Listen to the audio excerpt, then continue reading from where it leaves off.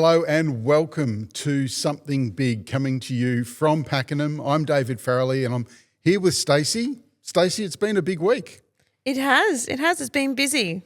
We've been out and about, going to some new events around Pakenham, introducing ourselves as the new podcast for Pakenham as well. So we've been able to reach out to some of the local community and hear what they've had to say, and we'll hear a little bit about that later on.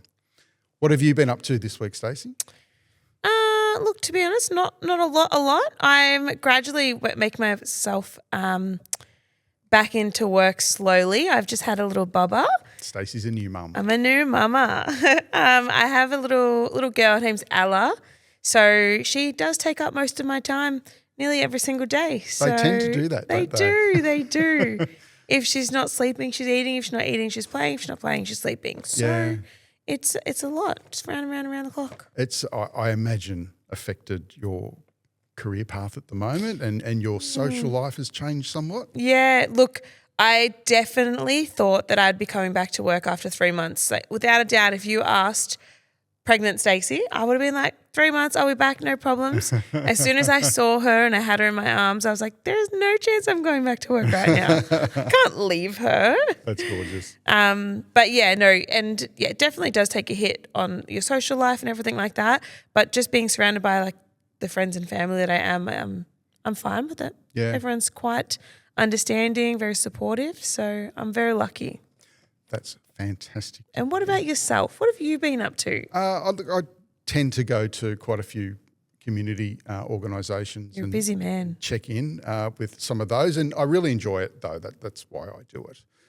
The protest / rally that was held this week in Pakenham, that was a great event. 150 people maybe went to that one. Let's dive in. What was it about?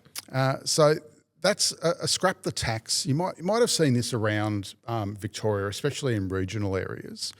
Scrap the tax is a movement that's been started by firefighters primarily, both career firefighters and volunteer firefighters. So two very different cohorts have come together, and they're fighting the massive increase to the emergency services tax that everyone's getting on their rates bill at the moment.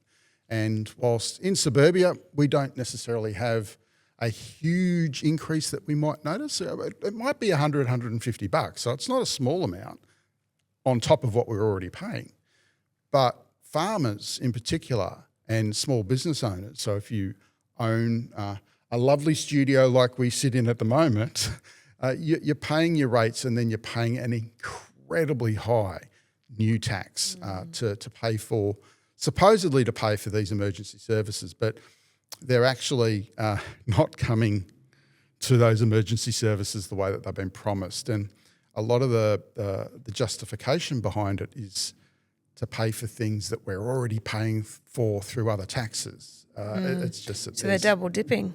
They're more than double dipping, that's right. And they're trying to justify it. The farmers are standing up against it. Yeah. And the CFA and FRV are standing up against it as well as some of the other emergency services. And it's great to see them all come together and speak with one voice. They don't often do that, which is really good. Yeah. Come together it's not a thing. No, and look, there's a lot of farmers that are in and around the Pakenham area. I mean, Pakenham used to be a farming area. It used to be a rural town. And indeed, I'm part of the Pakenham Agricultural Society, where we do the Pakenham Show. Just another thing that you're part of. Another thing that I do. But and there's a Pakenham Show here for a reason, and the simple reason is this is an old farming community. So, but even like you said, the residential houses, they're not feeling it as much. It's $150. Some of us shrug our shoulders and say, yep, $150, easy as. But there are young families out there or first-home buyers out there that haven't actually budgeted for that. And that $150, they will feel with the way the economy is rising. That's just something else that they have to pay for. For some of us as well, it might be we can't have takeout every week. We maybe have to do every second week, or some people can't go out to a restaurant. But for some people, it's real money, Stacey. We had an example there on the night where a pensioner who was struggling to pay her bills, and she doesn't own her home, she rents, so she still has to pay rent. And her and some of her friends simply can't afford this increase, and they get a discount as pensioners, but they still can't afford it. And this is going to take away food from their table. It's going to take away some small, simple pleasures in life that let's face it, they're pensioners, they deserve something. Yeah. This is really going to affect some people's lives negatively very quickly. So It's quite crazy that the government hear these things and they still don't change. They don't care. they seem not to. But they're real people at the end of the day, so something needs to be done. I'm glad everyone's coming together for it. So let's just cut to that. I think for everyone to have a look at what went on at the rally and check out some of the people that were there, their comments and why they were there. We're here at the Scrap the Tax rally as people come in, and I'm with Bev MacArthur and Renee Heath, both members of Parliament, and both here representing the community who want to scrap the tax. Bev, it's great to have you here. What do you think about this new tax that the government's brought in? Oh, well, it's the most egregious, outrageous thing that they could ever have done. Taxing people a minimum 100% increase, farmers 150% increase, businesses who are going to the wall, an extra 100% increase. Nobody can afford this tax. And what's more, I think the government's sole responsibility is to keep people safe. I don't think you should be taxed to keep yourself safe. You've also got farmers that have got all the equipment to fight fires, and yet they're the ones that are also going to get this enormous increase in their tax. Renee, is it fair for farmers? No, it's not. And this has been devastating for farmers. And we've just spoken to probably hundreds and hundreds of them, that this not only is an unfair tax that disproportionately affects CFA farmers and volunteers and, SES volunteers, and you can see some of them coming in now, but they have applied it at one of the worst times during one of Victoria's worst droughts. And it really is cruel, and it's pushing them to the wall and pushing people off their farms. It's absolutely devastating. The message today is scrap the tax. Yep. Scrap the tax, and I'm very pleased to say that the Coalition Liberals Nationals will scrap the tax when we're elected in November 26. There you go, something big in Pakenham. We're here with David Limerick at the Scrap the Tax rally in Pakenham. David, scrap the tax, what's it all about? Well, there's been this new Emergency Services Volunteer Fund put in, which is a big impost on Victorians. We've got this problem at the moment in Victoria where we're just paying too much damn tax. And I think that Victorians have had enough of this. They see all of the waste that government is spending things on, and then they see more tax come into their rates notices. And I think Victorians have had enough. They're doing it hard. And I think what needs to happen is that the government needs to cut back the waste rather than raise new taxes on people. And so I'm here supporting all the great people that have come along to campaign to scrap this tax. Scrap the tax! So it's great to hear from those locals about that issue. And Stacey, we've got some upcoming events and some issues locally here that people care about, we hope. Absolutely. Well, I've actually got a bone to pick with you, if I'm being quite honest. Two things. First thing, when are they stocking the lake again in Lakeside? I haven't seen fish in there for a while now, and I want to know what's happened. So the Fisheries Department used to stock the lake. And what's happened? They have done that. Budget cuts. Let's put it down to the government. If I hear that budget again. cuts, they used to do it on a semi-regular basis. And I've been there when they've done it. It's fabulous. They just pour all of these fish into the lake, and it keeps it well stocked for years after that. Some of them breed, some of them don't, because things like trout need fresh flowing water to breed. But they grow and they get big, and I love watching the kids go down and catch them.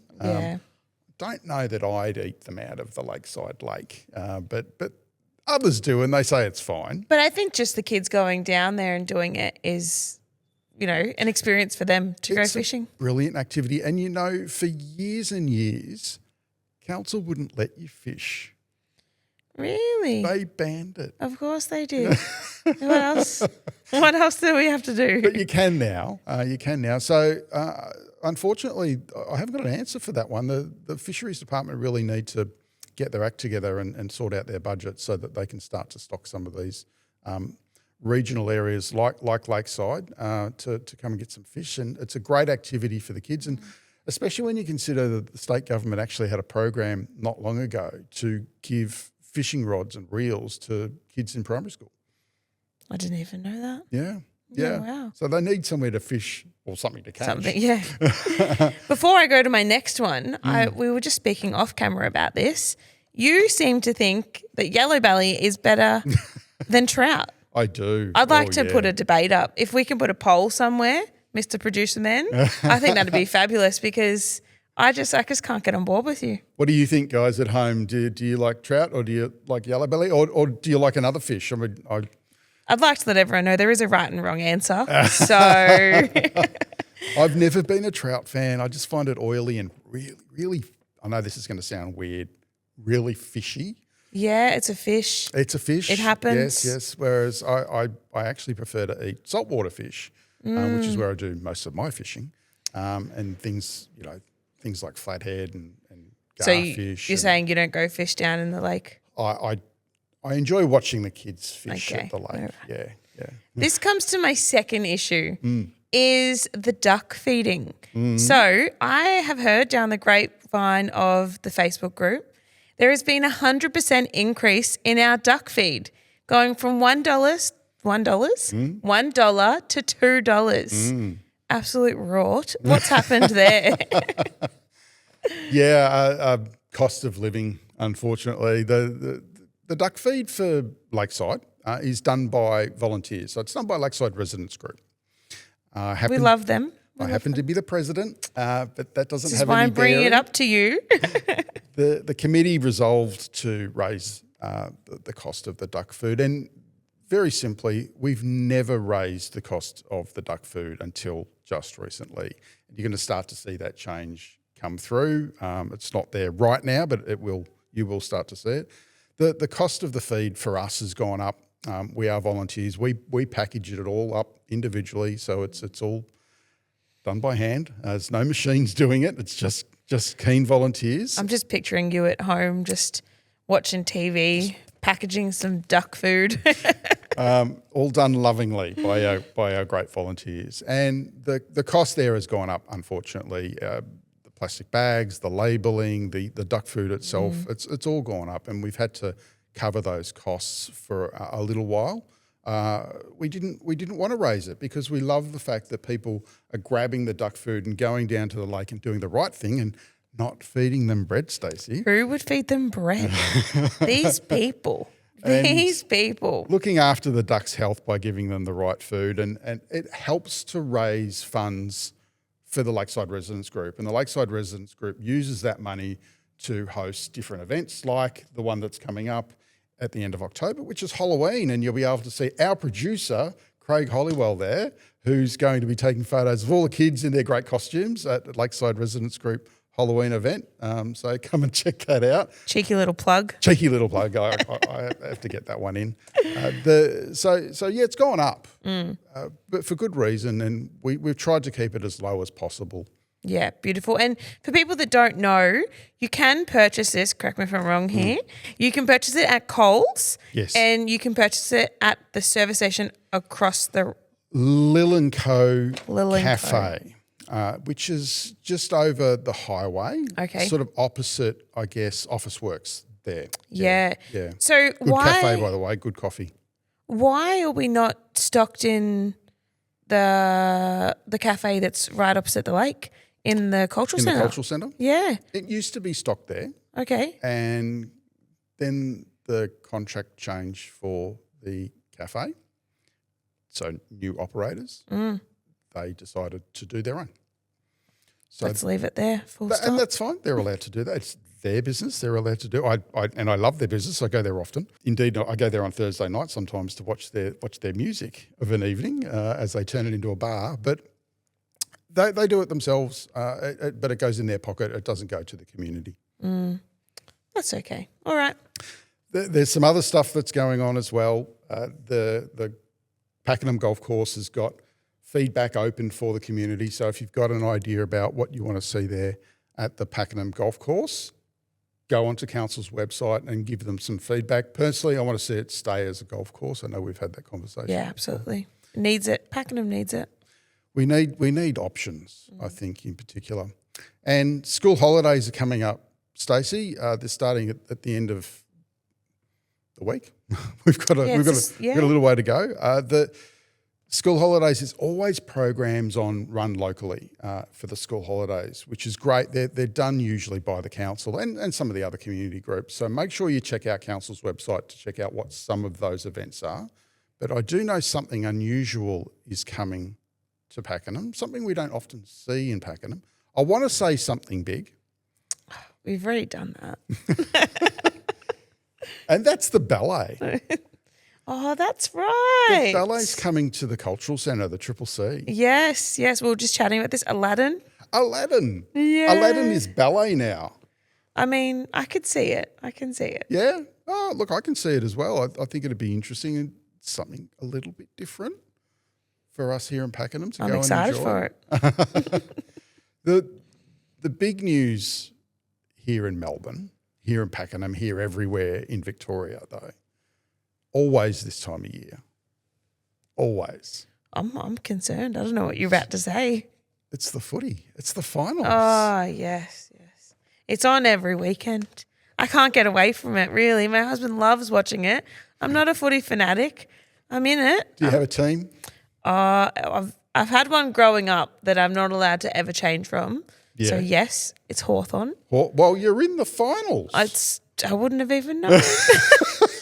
I couldn't even name one person that plays there. I know their colours and you're in the finals and that's you're punching above your weight at the moment. They're doing fantastically. yeah, they're great. They're a great team. Yep. Go, buddy. I don't know how well they're going to do this weekend, but Okay, let's not put the negativity out there. does anyone follow the footy and is your team in the finals at the moment? My partner's a Geelong fan. And what about yourself? I'm Richmond, so at the moment, I'm at the tragic end of the ladder. Could you expect anything less with that team? I am absolutely fine with that. We've got our 3 wins in 4 years recently. That's what you all say. I am happy. Look, when it takes that long to get back into the grand final and win a premiership, I'm happy. That's done me for the rest of my life. So You're finished. The Tigers were huge when I was growing up. They were massive. They were one of the original teams anyway. And I used to watch them in black and white. So I know why they wear, white pants and dark pants because You're showing your age a lot. black and white TV, right? But they didn't do well for a long time. There's a reason. There is a reason. There's lots of reasons. So they fixed it, and we got our 3, and now I'm happy. So And now you won't get any more ever again. But it's okay because you're happy. maybe in another 30 years we'll get some. We'll see. And I'll be okay with that. I just want to remind the viewers at home to like, subscribe, hit that little bell for getting a notification. Yeah. It helps us when you subscribe so that we can get the content out to you as fast as possible, and then you can actually watch it all in your own time. The swipe up, click up, whatever it is that you need to do on your device, hit that subscribe button and leave us a comment too, guys. We want to hear your feedback. Stacey, we want to hear some ideas as well from the community. Absolutely. We'd love to hear about what you would like us to talk about in future episodes. What's something that, from the community that we can then go investigate and bring back to you? Exactly right. We're here for you, for Pakenham, by Pakenham, in Pakenham. We want to make sure that we're bringing the information that you want to hear about. So hit that subscribe button, give us some comments, and check out our Facebook and Instagram as well. We've got an interview coming up as well. We do. Our second part. Our second part with Dr. Renee Heath, Yes. MP. So if you checked it out last week, you can see that first half of the interview. And Renee's here for the second half now. So here is Dr. Renee Heath, MP. Policy and priorities for you and I guess for the Liberal Party in particular. What are the things that you want to focus on in terms of, we've spoken a little bit about crime and family violence. Yep. Is there any other policies? For me, those are really at the top of the list, those things that I've spoken about, but particular in Pakenham, and this is something that I often speak about in Parliament, is that Pakenham and this area has had extraordinary growth, but we have not had the investment in infrastructure to keep up with that growth. So we don't have people in Pakenham do not have access to healthcare. They do not have the luxury of driving on well-maintained roads or even roads that have been built to keep up with our infrastructure needs because of that growth.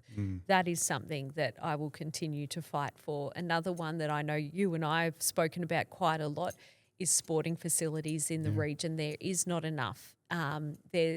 Everything comes back to the common denominator that we are growing and growing and growing out this way, yet the government has not put taxpayer dollars from this area back into this region. Just about everybody's taxpayer dollars are being put into the suburban rail loop, which does not benefit people from here at all. And I will continue to fight to make sure that is not the case moving forward. Yeah, we're such a fast-growing community here in Cardinia. We are one of the fastest in Australia, Australia. And we need those services to be provided now. Yes. Not in 20 years, but the roads need to be upgraded now. That's right. We need more public transport now. We need more sporting facilities. We need more healthcare. We need more of everything because we're growing so fast. There's so many people here now. Yeah. And I think if you haven't been to Pakenham or Officer, which I think a lot of people consider to be still Pakenham, if you haven't been here in the last 5 years and you come take a trip, you wouldn't recognise the place. Its growth is just extraordinary. It's not the country town that it was. No. And, crime is really impacting this area in particular. And I've spoken about it many times in Parliament, but it is not rare for business windows to be kicked in by, youth that either don't get arrested or then do and then get bailed. It's costing businesses an extraordinary amount. And also crime is just off the charts here. You probably know about young Jack, who was at a party, it would have been a couple of months ago, that was crashed by a gang.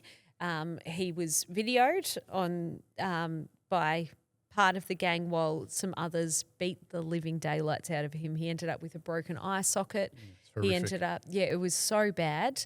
The ambulance didn't turn up. The parents waited 2 hours, and then at the 2 hour mark, they decided we better drive him ourselves because he was in such a bad way. This is not what should be happening in a developed area like Pakenham. It is unacceptable. It shouldn't happen anywhere, but it should not be happening in a place like this. And we've got to address those basic issues that people should be getting from the government. The government has a job to keep people safe. It has a job to make sure that there's proper roads for people to drive on. It has a responsibility in making sure kids are educated properly. Yeah. They are monumentally failing on all of those. Truancy in Pakenham has unfortunately been something that's been quite high within our school system, both state and private schools, as well as primary and high schools. Having kids in school is important, isn't it? It's more important than them just getting an education. Yep. It's social interaction. They learn how to interact with everybody, and they develop friendships. And well-educated people with strong friendship networks don't commit crime. Yeah, and they should learn how to read and write at school. Yeah. They really should learn how to read and write. And the latest Grattan Institute report showed that in Victoria, 1 in 3 children cannot read proficiently. 1 in 3.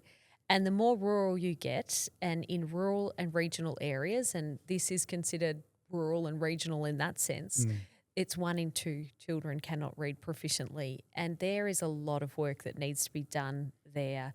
Children need to be learnt to teach in ways that work. So they need to be learning to read with a phonics-based approach, and they should be taught using the science of learning approach. And that is something that we've really failed at in Victoria, and that is something that the Liberals and Nationals will make sure we come back to. As someone that grew up in the schooling system in the 80s and 90s, I was not a great student by any stretch of the imagination. And I had problem with reading, with language in particular. And one of the tools that schools used for me to try to teach me how to spell in particular was they gave me a dictionary that spelt words incorrectly. So that I could look up the word the way I thought it was spelt to see the way it was spelt. But all it did was encourage me to remember the wrong way. Isn't that funny? I find it now just extraordinary. Then I didn't care, but it's just the wrong way to do it. Well, I think that it was interesting because I've tried to drill back and figure out, well, where did things go wrong? And it was during the 60s and 70s that there was sort of this rise of like communist, socialist sort of thinking was in vogue. During that time, universities decided that anything with a hierarchy was oppressive because they were looking at through that lens, through that mindset of what's oppressive and what's not. During that time, teachers stopped learning how to teach with a phonics-based approach because it was oppressive. Well, we've now learned that that is the way that children learn properly, and there's an amazing lady called Dr. Pamela Snow who has started a short course for teachers to learn how to teach phonics, and there's just been incredible turnarounds through that. Any schools where that approach has worked, Renee? One school that it has worked extraordinarily well is in Churchill Primary School. So Churchill Primary School students have every reason not to thrive, and it's a lower socioeconomic area. A lot of the schools come from homes that are only one parent, or some of them no parents. Well, they got a new principal there who sent every single one of the teachers to go do some training called the OG training, which is about the science of learning and a phonics-based approach. Then she took one teacher out to make that teacher a coach that would go classroom to classroom to support every one of the teachers in implementing what they'd learnt and to support them if there were any barriers there. The results there have been absolutely extraordinary. The NAPLAN results went from having most children in the bottom two bands to then teaching kids this way and making sure that the teachers were implementing it and having some accountability there too. The results have been absolutely extraordinary. Now most kids occupy the top band of the NAPLAN testing just from coming back to phonics-based learning and the science of learning. It's been incredible. I just think that teacher there is an absolute champion. She has gone in and fought for those kids and refused to just accept the status quo. And that is something that can happen across the board if we have the right policy settings. And another, just I guess a story of what sparked this interest in me.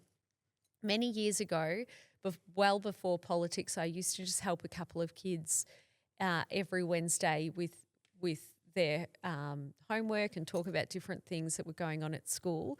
And I met this really lovely young kid who both parents had never had a job. In fact, he had never seen any of his parents or grandparents have a job. His dad was in jail, and I said to him, you'd be amazing. Like, why don't you apply for a job? And we decided to apply for a job. And I said, how do you spell your middle name? And he said, I have no idea. I said, what do you mean you have no idea? It turned out he was 15 years old and had never learnt to read or write and had never been held down a year in school. I couldn't believe this. So I began to talk to him. I said, well, why haven't they ever taught you to read? And he said, well, I see a social worker every week for an hour, and rather than teaching him to read, they would teach him how to feel confident in not being able to read. I couldn't believe this. So for a year, we sat down every week, 15 years old he was, and we would go through, this is an A, it can have a long sound, it can have a short sound. Like I've never been trained in this. I just was remembering how my mum used to help me with reading. And after a year, lo and behold, he was able to read. So he had believed a lie this whole time that he couldn't read. He could. He just hadn't been taught properly. Well, that was quite life-changing for him, and I still keep in contact with him. He can read, he can write, he'll never Yeah. catch up to the standard he could have unless he, has that ability to, but life has moved on. But he has a job and he is so proud of it. And I'm so proud of him. He has just broken so many barriers. But it's because somebody sat down and actually put the time in because he could read. Life-changing for him. And Yeah. just shows you the failure of the education system. Yeah. How can they let that happen? And how can you, rather than spend time teaching somebody how to read, how can you justify sending them to a social worker to be confident in not reading? Yeah. It's robbery. Yeah, it's bizarre. It's a very strange way of thinking, isn't it? It's bizarre. Yes. It comes back, I think, to being able to have our kids learn what they need to learn Yep. in school, Yep. and then get to an age where they can then choose the path that they take. But Exactly. It you comes can't- down to choice again. yeah, you can't take that path unless you're given the basic tools. Yeah, that's right. Yeah. Exactly. You do talk about freedom of choice quite frequently. Mm. It's an underlying principle of the Liberal Party. Yeah. And freedom of expression. We certainly have seen a lot of protesting over the last week Yeah. or so, freedom of expression, regardless of what side you are on. And I Yep. think some of those people need to go back to school and learn what they're actually protesting about a little bit more Yeah. carefully. But how do you think we're going here in Victoria when it comes to freedom of expression?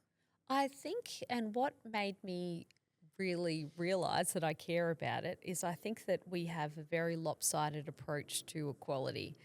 I think that some views are celebrated and others are demonised, and in a sense, that's not always necessarily unhealthy. Yeah. I think that some points of view absolutely should be demonised. If your view is, for instance, if you're a neo-Nazi, I think your views absolutely should be demonised and stigmatised negatively because that is protective for everyone. But I think when it comes to certain speech or certain people, they do get demonised, and I think that we have to make sure that we don't walk away from the bedrock of democracy, which is really freedom to find your own path. And you might make a few mistakes along the way, but there has to be an environment where people are free to academically explore, where people are free to express their opinions, to go to church if you want to go to the mosque if you want to, but those things are treated equally. Yeah. And I think that is something that is under threat in the state of Victoria. Do you think part of the problem that we have is, and I'll use an example, that mainstream media tend to editorialise what they're reporting rather than give a factual representation? I think that is certainly part of it, but also we've got a political system and a government that is completely biased to certain ways of thinking, and that would certainly fight for the rights of some, but inhibit the rights of others, and I think that is a real problem. Something we saw recently with the large protests or marches, whatever you want to call them, with tens of thousands of people waving Australian flags. And it was done right across Australia. Yep. Unfortunately, Melbourne was the only place that saw problems. Yeah. And we saw tens of thousands of people that turned out for a passionate reason. And that was that they want to see their family and their friends do better in Australia, and that they wanted to reduce immigration to a controllable level, so that we can build enough houses, that with enough places in hospital beds, et cetera. Fairly reasonable thing to request, but the mainstream media and certainly a number of Labor MPs jumped on it and basically called it anti-immigration. Not That was not interesting. controlled immigration, Yeah. anti-immigration. These are racist people because they don't want immigrants to come into their country. But most of the people that were in those rallies or those marches were actually from another nation. I think you raise a good point, and I think that was really something where what was reported was probably not the whole picture. Now I think that in Melbourne, the fact that a neo-Nazi was invited on stage, apparently. Now, I wasn't there, but is absolutely disgusting. I think that's unacceptable. I also think that we would be silly to ignore that thousands and thousands of people across Australia have felt it necessary to turn out and march. And I do not think that you can deny that social cohesion has taken an absolute clobbering in our nation, and we need strong leadership to get it back on track. I think that's the reality. The fact that Iran was instrumental in some attacks on synagogues in our state of Victoria is unacceptable, and it takes strong leadership to get that back on track. Some would call that an act of war. I just think it's unbelievable. I think it is. I think people have been sounding the alarm bells about these things, and they've been ignored, maybe because of political correctness. I don't know, but this is an issue we've got to address. And I think that Australia, modern Australia, has an Indigenous heritage. It has a British foundation, and it has a multicultural character. That is who we are. We are a multicultural nation. But in order for that to continue to work, we have to make sure that we're careful about the standards and what we allow here. Yeah, it's a great way to describe Australia, actually. I really like that because we're a unique country, I think. Yeah. We've opened the floodgates over the decades to those that have been in need, especially from war-torn countries and impoverished nations. And I love that about Australia. You know, we've helped where we can, if we can. And it's part of our culture now. Our Australian identity is something I think a lot of Australians struggle to identify. But if you ask an American what's an Australian culture, they'll roll it off like that, you know, very quickly. Yeah. Because they recognise us as being very different to themselves. And that's only happened because of the types of immigration that we've had, because of the British foundation that we have and the recognition of our Indigenous nations. Yeah, well, you and I are here because of immigration. Yeah. And that is the reality. And, like I said, so it's a Indigenous heritage, a British foundation and a multicultural character. And Australia works best when the three of those are held in equal regard. And I think that Australia works best when we realise we do have a culture, and it's something to be proud of. It is. Australians are extremely generous people. The spirit of mateship is something that has been just so deeply embedded and celebrated in our culture. And I think that the people that hate Australia and the people that think we should be ashamed of our culture, you know, I just think they're wrong. And we have plenty to be proud of and plenty, though, to protect. And it's worth looking at those things. Australia Day. Yes. Oh, gosh. Yes. Should we keep Australia Day where it sits? Look, I think that there is a lobby that wants us to change the date, but with all the wrong reasons. It's a small part of the community. It's a small, I think that we should keep it absolutely where it is. I think it's because once we give way to this loud group that generally hate Australia, I think we'll find that there's many other things they want to dismantle. And I worry that one day we will be grieving the Australia that we've lost. Yeah. Now, I had, when I ran for pre-selection, you have to have, it's a requirement that you have 2 referees, and people generally get other MPs. Well, I decided that I wouldn't do that, and I got an incredible Indigenous Australian who was just an incredible voice and into my life to write one. He was part of the Stolen Generation. His name's Robert Knight, and when he was a young kid, like, you know, single figures, he was put into a police cell after he was taken from his family, where there was still blood on the wall from where somebody had been kicked to death. Now, there are dark parts of our Australian history which are just, so dark that require a lot of healing and a lot of reconciliation.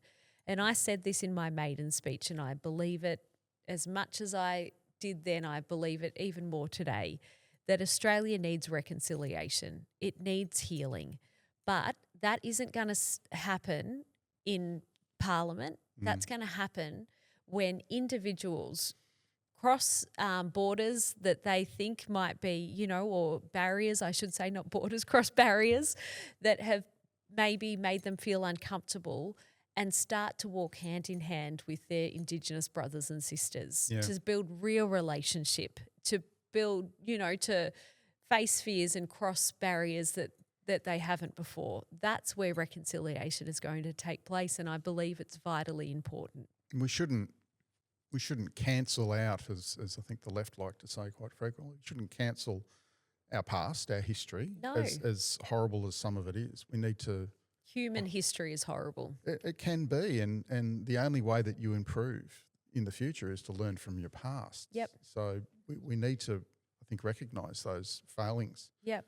Some horrific, and make sure that we can reconcile and move forward positively. That's correct. And reconciliation isn't going to be tidy. It isn't going to be linear.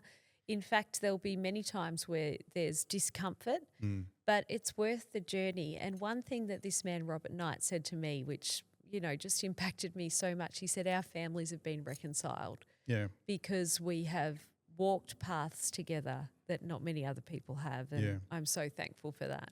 The voice to Parliament a couple of years ago that all of Australia voted on was voted down by the Australian people. And here in the Latrobe electorate, for the federal electorate, correct me if I'm wrong, guys, but I think it was about 63% voted against that voice to Parliament federally. Yeah.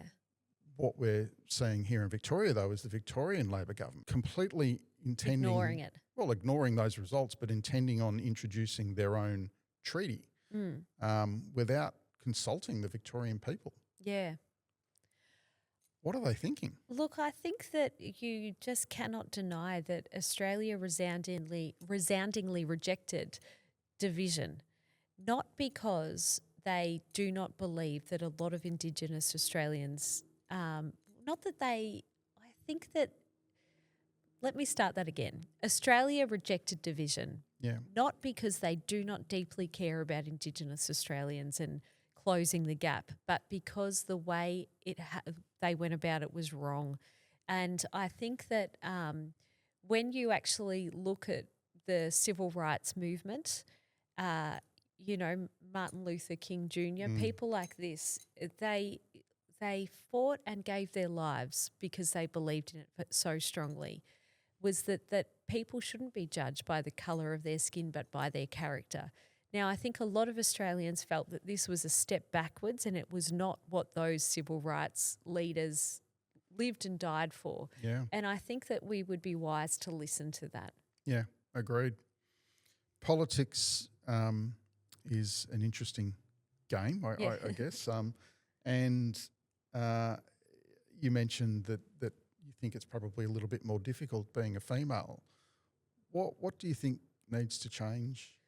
I think that just more people need to get involved. I think that that as the population of Australia grows, the amount of people is dropping involved in politics, that are involved in politics. And I think that a lot of people have stepped away from it because it's not very nice and it can be dirty. Well, I think that is it's left a huge vacuum, and I think that more people need to get involved. And I think that that's everyone, men, women, everyone needs to get, of all different backgrounds, need to get involved in politics. So what I would encourage is to whoever you are, to find which political party aligns with you and get involved in it. And I think if more people are involved in democracy, we're going to have stronger outcomes. Yeah, you mentioned earlier that you thought when you were younger that you were maybe left-leaning. Yes. And now you're not. Yeah. You've identified those values. I'm absolutely centre-right. I love having conversations with people about the issues that they are passionate about, and then they tell you who they vote for, and it's Doesn't completely match. opposite. Yeah, I also think that potentially Conservatives and particularly the Liberals haven't messaged well. They haven't explained why we are the party of compassion, why we are the party of free choice, and why we are the party of equality. And I think that we failed to message that, where you look at some of the more left-wing parties and it touches the emotions. They talk in a way that does make you feel something. And I think, so we've got to get better at that. There's no doubt about it. Let's say I'm a 15-year-old girl Yep. making my way through high school, Yeah. and I start to think about politics as a possible career. Yeah. What do I do? What's my path? I think what you should do is not focus on politics too much. I think that you should go out and get involved in the community and become part of a party, but don't get so involved in just the culture of a political party. Go out and serve. And I think that will be the best training ground for you to then be effective in politics. I think, find what you're interested at and throw yourself into that and learn and grow. And I think if you do that, you'll realise that you've actually got a whole heap to offer. Real world experience think goes so. a long way. Yeah, I think so. Become part of a political party, absolutely. Like I hope that every 16-year-old or however old you are when you can join does, but also go out and serve in every way possible. We've got an state election next year, and people are probably sick of elections at the moment after the federal election. November next year, 2026, state election. Yep.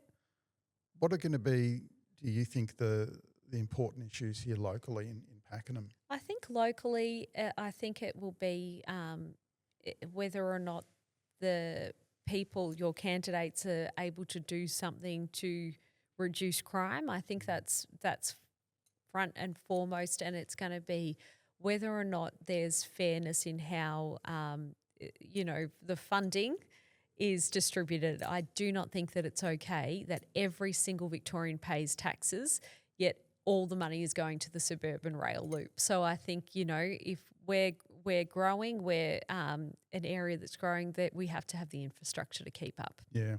Renee Heath, thank you very much for joining us here on Something Big. And that was Dr. Renee Heath. It was great to have her join us a couple of weeks ago. We recorded that in one session and we've spread it out because it was a long interview. And I thank her for her time. And I hope that everyone got to know her a little bit better, and not just the politics, but why she's in it and what drove her to that position. Yeah, she's amazing. And we did want to shorten it, but there was just too much information in there that we just couldn't cut it out. So we thought, why not spread it over 2 weeks? We've got some new and exciting guests coming up over the next couple of weeks as well. So watch out for those. Obviously, we'll announce them as we go through. And check out the Facebook and Instagram, because we might do some previews of some of those interviews as they come through a couple of days before the actual episode drops, just to give you a bit of a glimpse. A little sneak peek. A sneak peek? Yeah, exactly right. We can also hear ideas from everyone watching and listening. Who do you want to see come on? Who do you want to guest? There's going to be plenty of people around locally that you might want to hear from, and there might be some community groups that want to actually come in and talk about issues as well. So let us know who they are. Even if you're a local business even who wants to kind of get out there a little bit more, or you're in the community and you want some more exposure. We're all about supporting small business. Exactly. It is the lifeblood of a community. Yeah, absolutely right. So that's it for this week, guys. You've been watching Something Big, and we'll see you next week.